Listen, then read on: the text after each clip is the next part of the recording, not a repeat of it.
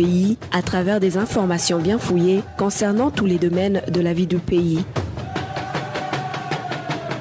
Le magazine Humura Burundi est diffusé sur le web via le site de la RPA www.rpa.bi. Humura Burundi.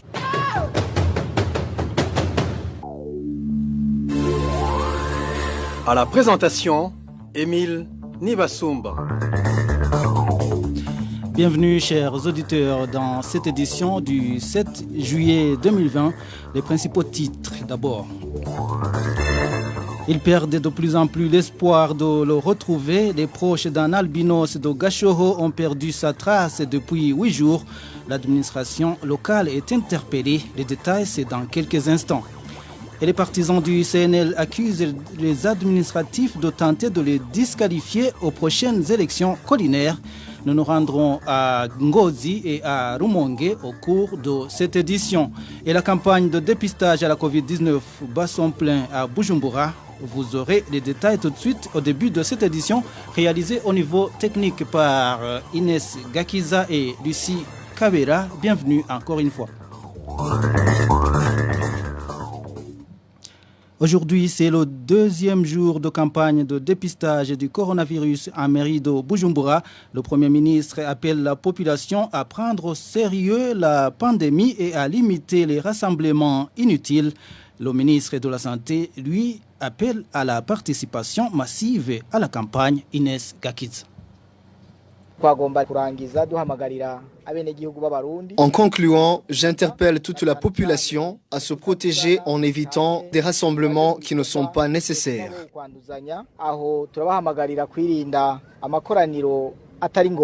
C'est le Premier ministre à la fin de sa visite ce mardi au centre de dépistage de la commune Nahangwa, érigé à l'ETS Kamenge. Alain Guillaume Bunyoni, en plus d'appeler à l'évitement des rassemblements qui ne sont pas nécessaires, il demande aussi à la population de prendre conscience de la gravité du virus et de respecter toutes les mesures déjà annoncées par le ministère de la Santé.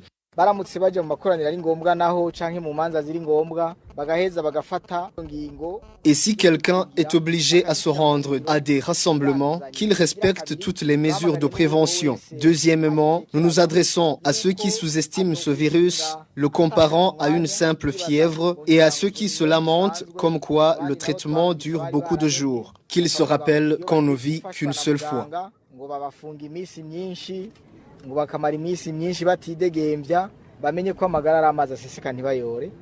Même appel que le ministre en charge de la santé publique. Au premier jour de la campagne, Dr Tadendi Koumana s'est aussi montré rassurant que le gouvernement accomplira la promesse faite à la population et qu'il n'y aura pas d'obstacles financiers dans la lutte contre la pandémie. Nous demandons aux Burundais de se protéger et de se faire dépister. La campagne est intitulée « Je dois guérir, j'évite d'être contaminé pour ne pas contaminer les autres ». On ne peut pas guérir sans avoir été dépisté et traité. J'évite d'être contaminé pour ne pas contaminer les autres, c'est-à-dire on fait tout pour se protéger. Pour ce qui est de l'argent, on ne doit pas s'en préoccuper. Si le gouvernement l'a promis, il l'accomplira. Malgré cet appel à la responsabilité individuelle, les grands rassemblements s'observent encore au pays, comme dans les églises, les transports en commun, les marchés et ailleurs. Plus d'un trouve que l'appel sans mesures concrètes prises par le gouvernement risque d'être voué à l'échec. Pour le premier jour de dépistage, plus de 600 personnes se sont fait dépister dans les 3 communes de la mairie de Bujumbura, un effectif qui dépasse de loin les prévisions du ministère de la Santé publique qui a déclaré qu'il pensait accueillir moins de 300 personnes. Parmi ceux qui ont répondu à la campagne ce premier jour, certains avaient des symptômes du coronavirus, d'autres ont fait les tests sans avoir les symptômes, juste pour savoir leur état de santé. Cette campagne de dépistage se déroule actuellement en mairie de Bujumbura seulement et durera 3 mois. Pour les provinces de l'intérieur du pays, les dépistages seront lancés incessamment après formation des agents de santé qui les feront. Et jusqu'ici, 3000 tests ont été effectués depuis le mois de mars et 191 cas étaient positifs à la Covid-19 selon le ministère de la Santé publique. Les autorités burundaises précisent également que désormais les résultats des tests seront disponibles dans une période de 24 heures après le prélèvement. Rendons-nous à Muyinga où un jeune albinos de la commune Gashoho est porté disparu depuis 8 jours. Ses proches perdent de plus en plus l'espoir de le retrouver encore vivant. Les détails avec Balthazar Mibour. Le jeune albinos porté disparu est connu sous le nom de Elias Shimirimana, âgé de 15 ans de la Corine et zone Burambira. Le dimanche le 28 juin dernier, ce jeune a quitté la maison pour se rendre au marché de Mubone. Sur place, il a assisté à des cérémonies avec la population sur place. Vers 15 heures, ce jeune albinos est rentré à la maison avec ses provisions de marché dont des oignons. Après une petite douche, il est retourné au marché pour continuer à assister aux cérémonies qui ont pris fin vers 19h. À ce moment, il est revenu à la maison et à la dernière personne qu'il a vue est un voisin de la famille. Les parents d'Elias Shimirimana sont revenus à la maison vers 20h et ne l'ont pas trouvé à la maison. Depuis, ils l'ont cherché partout, mais en vain. Pour le moment, sa famille est à bout de l'espoir de le retrouver comme l'indique l'un de ses proches. L'espoir de le retrouver encore vivant s'amenuise de plus en plus, surtout que les albinos sont tués pour être mutilés. Nous demandons à l'autorité ou toute personne bien intentionnée de nous aider pour chercher notre enfant ou retrouver ses restes. La famille du jeune albinos demande le concours des autorités pour le retrouver ou dirigeante des enquêtes pour retrouver l'auteur de sa disparition. Il existerait une personne suspecte. Comme il n'y a pas eu d'enquête approfondie, c'est pour cela que nous demandons aux autorités de diligenter des enquêtes pour voir si elles aboutissent. Les enfants albinos sont victimes de disparitions, d'assassinats et de mutilation des membres. Au mois d'août de l'année dernière, un autre enfant albinos a été assassiné et mutilé en province de Cibitoke. Ces bourreaux sont toujours incarcérés et ne sont pas encore jugés. Quittons Muyinga pour nous rendre à Bubanza où un habitant de la commune Musigati a failli être tué par le commissaire de police communal de cette même commune la nuit dernière. C'est après que cet habitant se soit débattu pour empêcher à cette autorité de lui voler son sac à dos qui contenait des objets et de l'argent. Clovis Nyonzimo.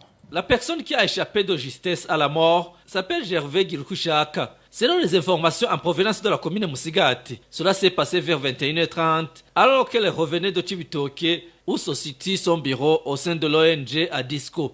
Les mêmes sources font savoir que, arrivé au parking du chef-lieu de la commune Musigati, le commissaire communal de la police à Musigati, du nom d'Eric Sindihebura, accompagné par un Imbonerakure du nom de Sengiyumva Théogène, lui ont intimé l'ordre de s'arrêter. Une injonction à laquelle Gervais a obtempéré. C'est à ce moment que le dit commissaire lui a ordonné de lui remettre son sac à dos et tout son contenu, ce que ce dernier a refusé de faire, avant que son cartable contenait son ordinateur portable, une somme importante et des documents de service. Furieux, le commissaire, aidé de l'Imbonerakure avec qui il était, l'ont alors menotté et ont essayé de lui retirer de force son sac à dos, mais en vain. Ils ont alors commencé à le tabasser sérieusement. Mais, poursuivre notre source, la victime a continué à résister et ses bourreaux ont pris la décision de l'étrangler. Alerté par les cris, la population est vite accourue et le commissaire communal de police a tiré des balles en l'air pour disperser la population. Mais ce fut peine perdue. Un colonel, surnommé Rurayi, qui passait dans les environs est alors intervenu et a tout de suite évacué la victime vers un centre de santé proche.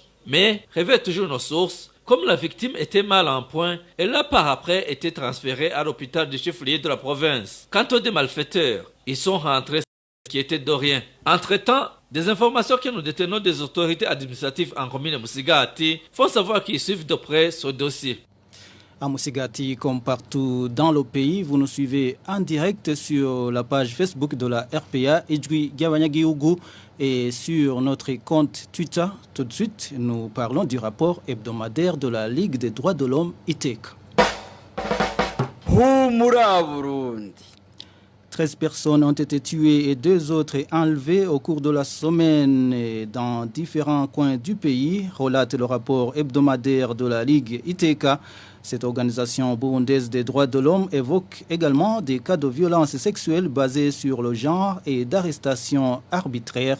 Janvier Ninina Hazoué nous parle en substance du contenu de ce rapport.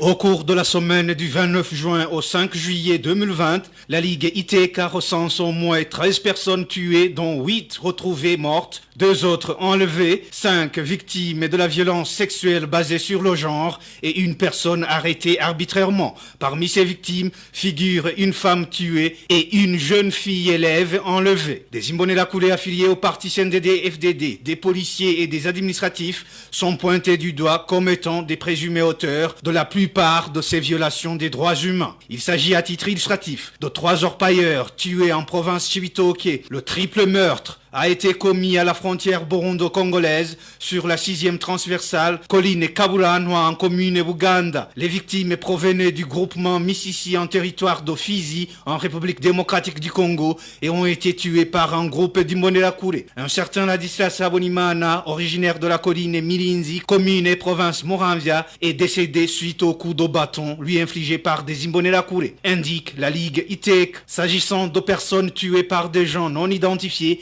la Ligue ITK parle des corps sans vie découverts dans les provinces Karusi, Makamba, Rumonge et Rutana. Les personnes enlevées ou encore portées disparues sont recensées dans les provinces Chibitoke et Gitega. Quant à la violence sexuelle, elle est signalée dans les provinces Makamba et Muramvia. De décembre 2015 au 5 juillet 2020, au moins 556 cas de disparition forcée sont parvenus à la Ligue ITK.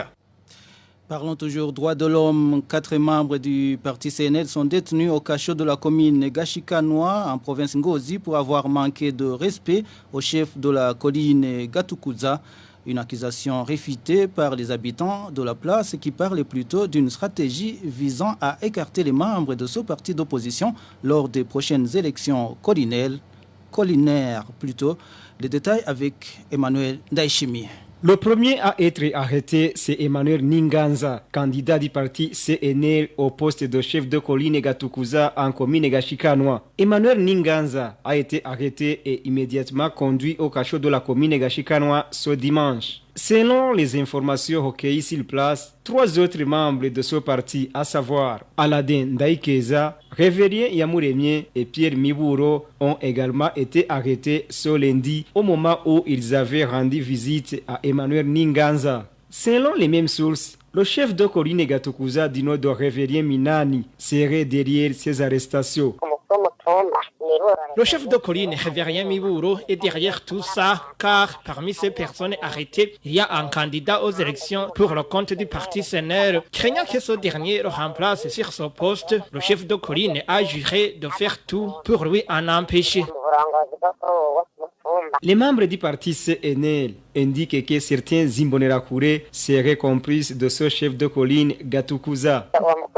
Ce chef de colline est aidé par un certain Gabriel Mutama, surnommé Jaguar, et Innocent Daishimiye, surnommé Mudeyi, responsable des Imbonerakure sur la même colline de Gatukuza. Il l'accuse d'avoir refusé d'obtempérer à leurs ordres. En gros, ils veulent empêcher ce dernier de devenir chef de colline. Les membres du parti CNL demandent que cette persécution dont ils sont victimes s'arrête. Contacté à ce propos, Aimable Manirambona, l'officier de police judiciaire qui a le dossier en main, nous a renvoyé aux autorités administratives. Et nous avons tenté de joindre Tofile Nibizi, administrateur de la commune Gashikanoa, mais son téléphone portable était éteint. Un autre membre du parti CNL a été arrêté ce lundi, cette fois-ci dans la province Rumonge, par le responsable provincial du service national des renseignements. Il serait victime de son appartenance politique. Le point avec Innocent Valentin Singirangao. Ce citoyen arrêté ce lundi par le responsable des renseignements à Rumonge est prénommé Janvier, un membre influent du parti CNL en commune Muhuta. Un habitant de la colline Nyaruhongoka, dans la même commune de Muhuta, qui a assisté à son arrestation, affirme qu'il a vu Janvier embarqué par le chef de la documentation à Rumonge, Michel Ndikuriyo. La même source indique que Janvier serait victime de son appartenance politique. Il a été arrêté par le chef de la documentation à Rumonge, qui l'a embarqué à bord de sa propre voiture. Il l'a trouvé à son domicile à Nyaruhongoka. La raison de son arrestation n'est autre que son appartenance politique. Il est membre du parti CNL. Il a été dénoncé par ses voisins, l'accusant d'être un élément gênant au cours des élections précédentes en défaveur du CNDD-FDD. Les autres membres du parti d'opposition, le CNL, demandent avec insistance au gouvernement en place d'installer un climat d'entente et de gouverner pour tous les Burundais. Nous demandons avec insistance la paix et la sécurité. Le service des renseignements sont là pour tout le monde. Les hauts dignitaires ont dit qu'ils vont gouverner pour toutes les tendances politiques. Alors, il ne faut pas qu'ils nous divisent et tuent les opposants. Dans l'après-midi de ce mardi, nous avons appris que Janvier, surnommé Mayebo, est incarcéré dans les cachots de la brigade de la police à Rumonge. À ce propos, nous avons essayé de joindre Michel Ndikuriyo, responsable du service national des renseignements en province Rumonge, mais sans succès.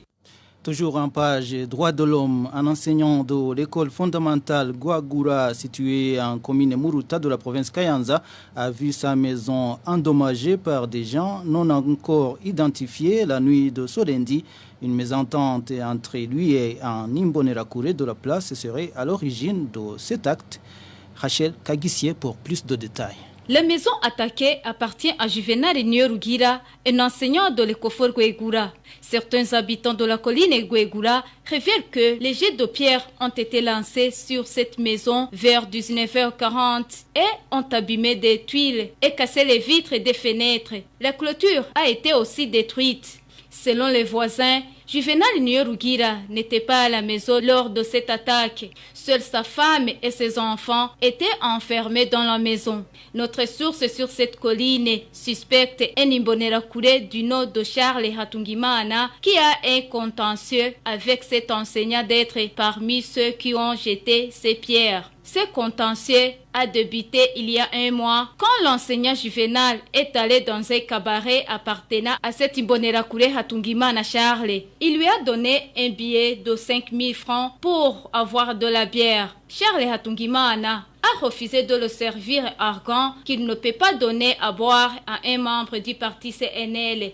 Il a également refusé de lui remettre son argent. Cet enseignant a porté plainte au chef collinaire de Guegura, mais ce dernier n'a rien fait pour lui rendre justice. L'enseignant a donc porté plainte au parquet de Kayanza qui a convoqué Charles Hatungimana. Le procès est prévu pour ce mercredi. Des sources à Guegura pensent que l'attaque a été menée dans le but de le persécuter pour que le procès n'ait pas lieu ce mercredi. Nous avons essayé de contacter Justine Komeza Dusabe, administrateur de la commune Muruta, mais sans succès. Pour clore la page droits de l'homme, les mauvais traitements infligés à la septuagénaire Concessa Nzeimana et à ses petits-enfants par l'administration de la commune Kayogoro en province Makamba peuvent avoir un impact négatif sur la croissance et la psychologie de ces deux enfants en très bas âge. Ce sont du moins les propos d'un expert burundais en sciences du comportement du nom de Bienvenu Ndouayo. Pour ce psychologue, si cette situation perdure, la santé de cette famille en pâtira. Le marménage de cette famille favorise des conséquences psychologiques sûrement. Cette famille qui vit dans une hyperpanique continuelle aujourd'hui, ceci entraîne une décharge des hormones de stress, comme le cortisol et l'adrénaline. Et ces hormones, une fois produites en permanence, entraînent une détérioration des neurones qui sont très utiles dans le fonctionnement du cerveau. Les effets du marménage qui arrivent à la grammaire touchent aussi les petits-enfants qui sont dans leur jeune âge. Sachant que le cerveau des jeunes enfants est encore en croissance, ils enregistrent facilement ce qui se passe. Dans le présent, on va voir chez ces enfants des maladies psychosomatiques comme les maux de ventre, les maux de tête. Ils peuvent aussi avoir des rêves cauchemardesques la nuit, des hallucinations. Et plus tard, ils vont considérer les auteurs du harcèlement comme leurs ennemis. Prenons par exemple s'ils ont vu des policiers en train de malmener les grands-mères. Ils vont considérer toute personne en tenue policière comme les éléments traumatisants. et quand ils seront dans les périodes d'adolescence, l'âge à la recherche de l'indépendance. Ces enfants vont être caractérisés par des comportements de vengeance. En fait, plus le harcèlement se poursuit, plus ça se durcit, plus ça perdure, plus la santé de cette famille se dégrade dans toutes ses formes. C'est bienvenu Ndouayo, il est psychologue. Je vous rappelle que vous pouvez également recevoir le magazine Humura Burundi en nous envoyant un message sur notre WhatsApp, c'est le plus 49 151 294 16 348. Tout de suite, nous parlons éducation.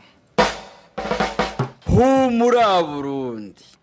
Les parents d'élèves du lycée communal Mouaroussi s'insurgent contre l'attitude du responsable de cet établissement.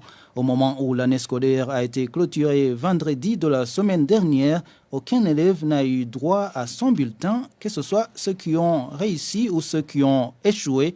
Le point avec Emmanuel Niungeko. L'année scolaire a été clôturée vendredi de la semaine dernière pour les élèves qui ont fait les examens de repêchage au lycée communal Mouaroussi en zone Muhweza de la commune Rutovu. Pourtant, les parents d'élèves disent être étonnés du fait que leurs enfants n'ont pas eu de bulletin. Nous, les parents d'élèves du lycée communal Mouaroussi, sommes inquiétés par l'attitude du chef de cet établissement, Renova Meredjimana, qui a refusé de donner des bulletins à ses élèves, une attitude qu'on ne peut pas trouver chez d'autres responsables des écoles. Les parents accusent aussi le directeur du lycée communal Mouaroussi, Renova Meredjimana, de traumatiser ses éduqués. Les parents pensent donc que le directeur retient ses bulletins par peur de perdre ses élèves l'année prochaine. Il a peur que ses élèves pourraient chercher des places à d'autres établissements parce qu'il les traumatise lorsqu'il est en train d'enseigner. Il jure qu'il va les faire échouer et ça se passe ainsi. Que ce soit ceux qui ont réussi ou échoué, tous n'ont pas eu leur bulletin, sauf ceux qui les ont récupérés sont cachés. Nous lui demandons de délivrer ces bulletins à nos enfants pour que nous puissions évaluer l'année scolaire. Renova Meredjimana, directeur du lycée communal Mouaroussi, nie les accusations portées à son égard. Quant à Salvatore Halimeshi, directeur de l'enseignement en commune Rutovu, il nous a signifié qu'il n'a pas encore eu de rapport. Les parents d'élèves au lycée communal Mouaroussi demande aux responsables communaux de l'enseignement de suivre de près cette question. Clôturons cette édition par cette information concernant les réfugiés burundais qui sont en Tanzanie. Les actes d'arrestation arbitraire et d'enlèvement de ces Burundais visent à les intimider pour les contraindre à rentrer. C'est l'analyse de Vital Nshimirimana, ce défenseur des droits de l'homme, réagit après les enlèvements des réfugiés burundais d'Onduta par des policiers tanzaniens. Selon Maître Vital Nshimirimana, la Tanzanie s'expose à des sanctions de la Cour des droits de l'homme. Les enlèvements, arrestations et détentions arbitraires perpétrées contre les réfugiés burundais en Tanzanie constituent le prolongement d'actes lâches perpétrés contre les réfugiés burundais par les autorités tanzaniennes. Ce sont des actes concertés, planifiés et mis en œuvre sous la supervision des autorités tanzaniennes depuis la visite d'Nkurunziza à son homologue tanzanien en 2017. Ces actes visent à intimider et à forcer les réfugiés burundais à rentrer de force. Mais nous constatons que la Tanzanie continue à tomber dans le piège tendu par le gouvernement burundais parce que les réfugiés savent que les conditions de rapatriement ne sont pas réunies pour qu'ils puissent regagner leur mère patrie. Et ils savent que les Imbonerakure et la police ainsi que les services nationaux de renseignement continuent à persécuter les opposants. Donc, nous interpellons encore une fois les autorités tanzaniennes pour arrêter cette pratique qui constitue une violation éhontée du droit international des réfugiés. Et nous avertissons encore une fois la Tanzanie que, en continuant cette persécution contre les réfugiés du Burundi, la Tanzanie s'expose à des affaires qui seront prochainement portées contre elle devant la Cour africaine des droits de l'homme ainsi que d'autres mécanismes des droits de l'homme. Voilà, c'est par cette intervention de Maître Vital Shimirimana que nous mettons un point final au magazine Humura Burundi du 7 juillet 2020. Merci à Lucie Kavera et à Inès Gakiza pour leur collaboration technique. Merci également à vous tous qui nous avez suivis et bonne soirée chez vous.